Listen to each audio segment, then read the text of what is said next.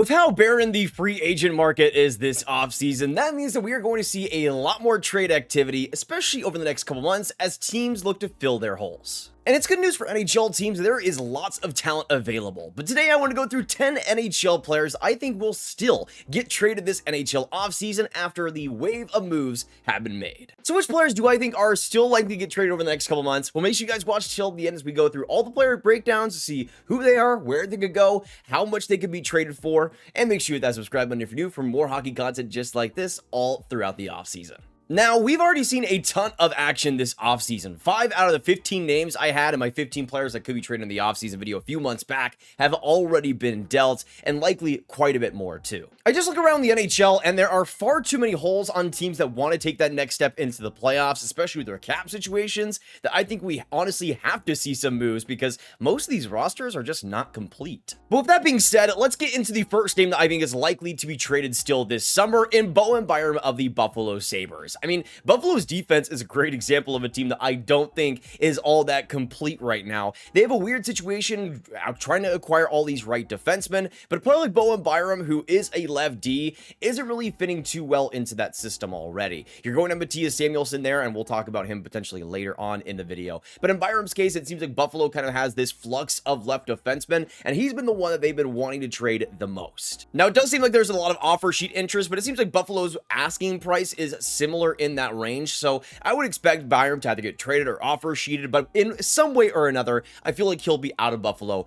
starting this fall. He's an interesting player and something that offensively has had his moments. This last year, 38 points in 82 games. I'm a little bit harsher on his defensive game and how much that 5-on-5 ability is truly there long term, but I think in Byram's case, he's still a promising young defenseman, and if you do get the best out of him, I think he could be a middle pairing guy. For me personally though, if I'm Buffalo, I really would go after a Byram trade with how much the interest is out there, with how much you could get back in even an offer sheet if it were to happen. I think it just makes a lot of sense. There is some whispers out there that teams will be offering a ton in an offer sheet to try and steal him away from Buffalo, but at the same time, that just means more picks back they could hopefully use in a different trade at some point. But it just feels like Buffalo's defense would be in a weird spot with Byram, and without it would just make more sense of how they've constructed that roster. When you look at that Sabres team and the roster, especially on the defense, you have Bowen Byram playing on the left side with Power and Mattias Samuelsson, but you also have to put Rasmus Dahlin on the right side of the defense for that to work, which as a Dahlin, of course, being a left defenseman, it's possible for him to play there, and of course Dahlin's still going to be good wherever he plays, but it's not exactly ideal. So this Buffalo team feels at least 1 or 2 moves away from actually being a complete roster for next fall, which, knowing the Buffalo Sabres, they probably won't make any moves because that's just what they do. But moving on here to a player that we talked about a ton throughout this summer in Marco Rossi of the Minnesota Wild. Somebody that I still think is likely to go out of Minnesota, but it's an interesting situation because Minnesota has gone back and forth, having him on trade rumors, having him not, thinking that they're going to trade him away, thinking that they might end up keeping him. We don't know what the heck is going on there in Minnie. The big thing that I think has kind of changed Minnesota's philosophy for this summer has been the Colorado Avalanche being able to re-sign Brock Nelson, because from all accounts, it seemed like Minnesota, if he was going to go to the open market, we're going to be offering a ton of money for Nelson, which makes sense considering their team need at center and who they like as players. But Marco Rossi is still somebody that I look at the center situation, and I feel like for them, they've been always looking for a center improvement in this market, and it's just a matter of if they'll actually get that or not. The problem to me is that you're trying to trade a center that is still really good and trying to look for an upgrade, and not many teams are looking to decrease their center position. And in Rossi's case, of course, this last year, 60 points in 82 games, 24 goals, the value there is still pretty high, so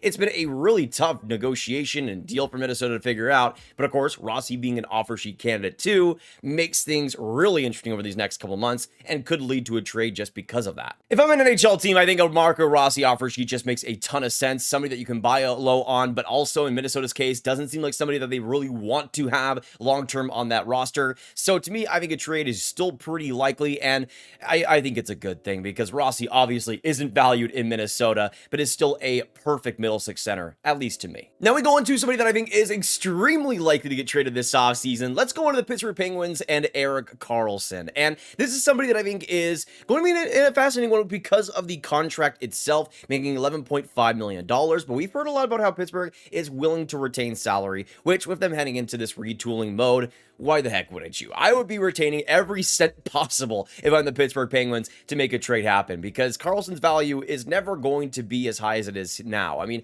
I don't think it's still exceptionally high, but at his age, at 35, he's going to just keep declining. And I think for Pittsburgh, it just makes a ton of sense to offload him now. Offensively, Karlsson is still a great player in these last couple of seasons, even though he dropped back down from his 101-point year. He's still gone back-to-back 50-plus point seasons, and I think is an effective goal scorer, effective power play guy especially. It's just about finding that fit. But I think there are a ton of teams out there that kind of need that last right defenseman, potentially on that middle pair for them. Detroit, of course, makes sense, but other teams like Dallas, I could pretty easily see being in on him, especially at 50% retained. If the Stars are able to offload some salary in that deal, then I could pretty easily see it happening. Kind of like what the Pittsburgh Penguins did, getting rid of all the salary to take on Erik Karlsson in the first place. So I could see something similar happening there. I see it as more of a late offseason type of deal, like a late August type of trade, mostly because I think Pittsburgh is willing to stay patient, but I think it'll ultimately pay off in this market that has a lot of teams still needing that extra right D.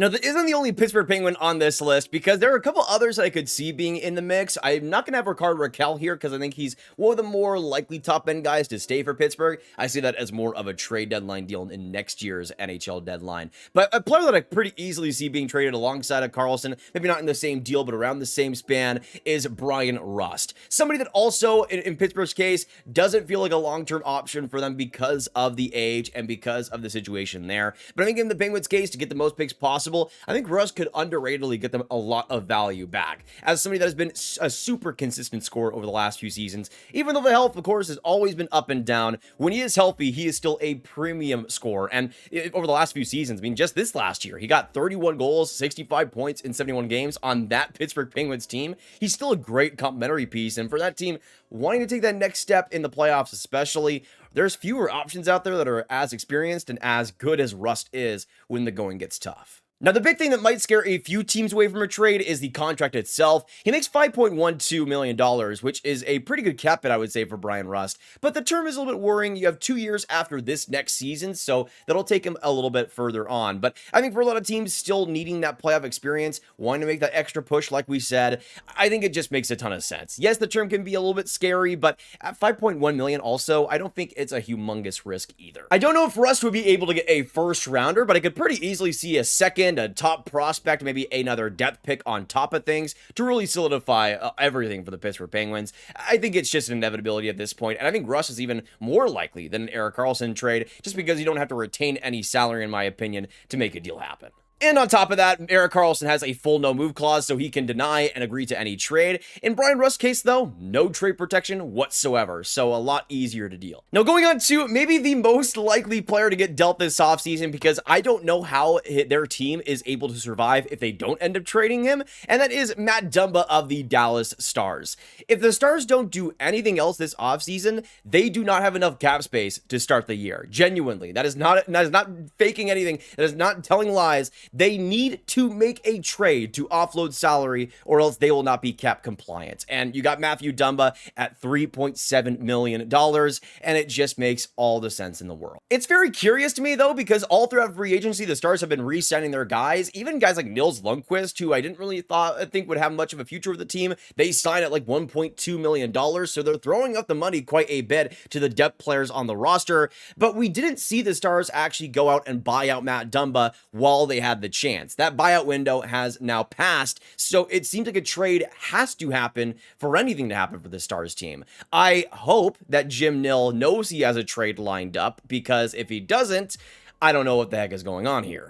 What I expect to happen, though, is that Matt Dumba will get traded for likely a decent mid-round pick going back to take that type of contract, because at this point, I don't think Dumba has any positive value whatsoever. The Stars tried it. It failed completely. He didn't even play in the playoffs, which is what Matt Dumba should have been brought in for in the first place, because he wasn't good enough, simply put. And in every case, it was just a failure of a deal, of a contract, and already is going to be offloaded. But I'm looking at a team like San Jose, who might need some depth on the right side of the defense, and why not take a mid-round pick just to bring on some salary? You need to get to the cap floor anyways. It just makes a ton of sense. Now, let's go on to a defenseman on the right side that I think will actually bring some positive value in Rasmus Andersson of the Calgary Flames. Now, I was debating putting him on this list because Calgary, kind of in a similar situation to Erik Karlsson with Andersson, doesn't feel like they're in a complete rush to trade him. But we have seen a lot more momentum over the past few weeks as he's declined positions from the LA Kings, was open to trade to Vegas, though they weren't able to make that deal happen happen. So even though Calgary, I think, is patient with a trade in Andersson's case, it doesn't feel like they are staying quiet by any means. They're working the phones. They're still trying to deal him, which I think is the right situation. Andersson, of course, as a upcoming UFA next year, is something that I think is fine, has his moments, but largely I think comes up a little bit disappointing. Had the great start to the year last season for Calgary, but really slowed down, especially defensively. I think in Andersson's case, he has a fine puck mover, but not somebody that I'd want to keep long-term, and especially like an $8 million plus cap hit, which I think is what he would command with the Flames. I think a lot of teams want to get the passion that Andersson brings, especially on the right side of the defense as a middle pair D. Of course, a team like Buffalo has been rumored for a long time, that we'll actually see if that ends up happening, but I think a lot of teams are still interested in him, and I could pretty easily see him being dealt. The big thing, though, that could maybe hurt this from happening is just the patience again from the Flames. I could pretty easily see them just going into next year, keeping Andersson, and then having him as one of the premier deadline candidates for next season. So that's a possibility, but I also think with this summer of how much activity we've already seen from the Flames, how much they've already wanted to trade him, that I could see a late offseason deal just like Karlsson materializing. Now let's go on to a center in this market, and of course with how thin it is, with all the big free agents now signing, even a guy like P.S. Suter off the market onto the St. Louis Blues, the trade market is going to be something here that a lot of teams hope to capitalize. And let's go on to Pavel Zacha of the Boston Bruins, somebody that I just think is so likely to get dealt, especially with some of the center prospects like Matthew Poitras, potentially Fraser Minton coming into the fold in the bottom six next year. Yes, Zacha has played first line minutes, but I think they'll try to just bump up the middle six centers they have, and guys like Middlestat and Elias Lindholm onto that top six. Zacha, I just think, especially as a cap dump, makes a lot of sense too. If the Bruins want to go for some more free agent targets, perhaps, but making $4.75 million, Zacha has largely been a guy that's fluctuated with the top end guys in that Bruins lineup. When the Bruins top end guys are there and consistent, he's been a great scorer because of it. You see it in his second season with the Bruins, getting 59 points after 57-point season the year before. This last year had a bit of a decrease in terms of his value, in terms of his production, but I think that's largely what Zacha is. It really depends on his deployment, his position. He can be fine in a kind of complementary first line center role, but I don't think that's what the Bruins should be reaching for, especially if they have the opportunity to deal him. Now, we talked about Bowen Byram on that Sabres defense a bit before. Let's go on to another defenseman on the Sabres defense and another left-handed shot here, and Mattias Samuelsson. Now, I think the Sabres are probably going to trade one of these two players, in a Bowen Byram or a Samuelsson. That's what I see as the most likely, but I could see a scenario where they trade both of these guys, maybe get a left defenseman in one of those trades, and try to just retool that defense completely. And honestly, I wouldn't really mind it. Though, to me, if I'm going to trade any of them, Samuelsson makes a ton of sense, considering how much he has been a complete disaster in his time with the Sabres. Now, he might be somebody the Sabres have to package a pick or something to get rid of, which I don't think is something the Sabres necessarily need to do at this stage of how much cap space they are still swimming in. But at the same time, Samuelsson just hasn't been good for the Sabres team in a while. He's been okay in more of a physical role and a very, very depth role when he has played there. Really, the injuries have been a big reason why he hasn't been able to fulfill that potential in Buffalo, but I really don't think he was worth that contract in the first place, even after a couple of decent years to start out with the Sabres. It's just a weird situation. Though, I will say, looking at the value that both these two players would command back, I think Byram is more likely to be traded, and that's maybe somebody the Sabres should be more likely to deal in the first place, but I wouldn't be surprised if Samuelsson is the guy that they just try to get rid of to get under while they still can. Now on to the ninth player that I could see being traded still this offseason. We're going to go on to another defenseman here, and if you're looking for D, there are still quite a few options in today's market, but I wanted to talk about Jamie Oleksiak of the Seattle Kraken, because I think his job is kind of in danger right now, especially after what we saw in free agency, with the Kraken signing Ryan Lindgren, a pretty similar player, not as big, but still a big bruiser, physical guy, at 4 years, $4.5 million. And how much does Jamie Oleksiak make? 4.6. So basically the exact same range for a pretty similar player that would play a pretty similar position on the defense. And I think you know where I'm going with this. Now, there is the possibility that Seattle just goes into their season with a defense like this, having Oleksiak on the second pair, Lindgren as the third pair guy, having two pretty similar players in pretty similar positions, but I just don't think it really makes all that much sense, considering what Seattle has coming up in the pipeline. I mean, even as a depth defenseman, I think Josh Mahura is fine in that role, but they have quite a few young defensemen I think could end up taking that next jump, and I just think could get a pretty decent opportunity on that bottom pair immediately. So I think for Seattle, it's going to be an interesting spot here to see what they do with that defense. I think in general, some of their free agent moves moves have confused me. But if they trade Alexiak because they signed Lindgren, I think that makes that Lindgren contract make a bit more sense. Especially for Lindgren, I mean, I think he's fine in a third pair depth role. I think that's where he should be playing, but giving him that term at 4 years, $4.5 million, it just doesn't make a lot of sense for me to have him playing, like 15 minutes a night, especially behind players like Dunn and Alexiak already. Maybe they have Lindgren in the second pair position then, but then that has a player like Alexiak as a $4.6 million defenseman playing on your bottom pair too. It's not the end of the world since Seattle still has some cap space to work with, but at the end of the day, I think they want to be aggressive still this offseason, and Alexiak trade would certainly help that. Now going into the last player that I want to mention today, and onto maybe the most interesting player on the list here right now, in Isaac Howard, formerly of the Tampa Bay Lightning. Now, a situation that I think has gotten really overblown.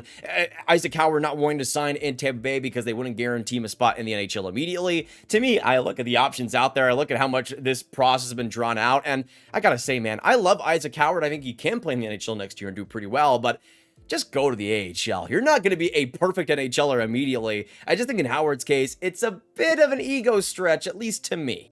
He's a fantastic player for Michigan State, has truly transformed his game over the last couple of seasons. I mean, winning the OE Baker, and I think being deserving of it. This last year, 52 points in 37 games for Michigan State, being really the driver of play all throughout that team, all throughout the year. It was a ton of fun to watch, but it seems like in Isaac Howard's case, he's very likely to get dealt. In Tampa's case, if they end up not doing anything and losing his rights, they'll end up getting a complimentary second-round pick. But it seems like for Tampa, they want a late first-rounder in a trade, which many teams, of course, up to this point, haven't been willing to deal, with the 2026 draft looking exceptional. I will say this, though, even though the 2026 draft is looking really strong, I am a big fan of Isaac Howard, and if we're just going off of talent and play since their draft years, I think Howard would be a top 20 pick in the 2022 draft looking back on things. So, to me, I would be willing to give up a late first rounder, especially if we're a team like Edmonton that has been heavily rumored to be after Isaac Howard and not willing to give up that first round pick.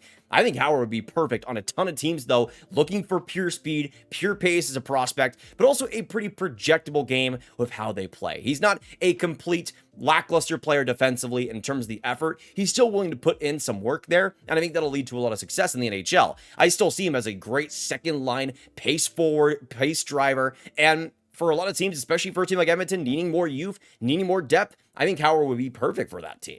But, of course, it doesn't seem like Tampa is in a complete rush to trade him since they know they'll still get some compensation even if they don't end up dealing him. But at the same time, Tampa, he's obviously not going to sign with you guys, so just make the trade happen. I just want to see it happen because I think Howard could be really special, but we'll see where he goes if he'll actually end up in the NHL. It's not a sure thing by any means, though I'm sure Howard wishes it was. But those are still some of the players that haven't been dealt that I could still see being traded this offseason. Thank you guys so much for tuning in. If you guys enjoyed, make sure you hit that like button, hit that subscribe button, hit the notification bell. Comment down below your thoughts on my picks here today, who you agree, who you disagree with, and who are some players that I didn't end up mentioning that you could still see being traded this summer. Let me know your thoughts down below on that. Of course, share the video with all the hockey fans you guys know online, and click on this card for all of my trade content right in one playlist, and I will see you guys in the next one. Have a fantastic hockey day, and goodbye.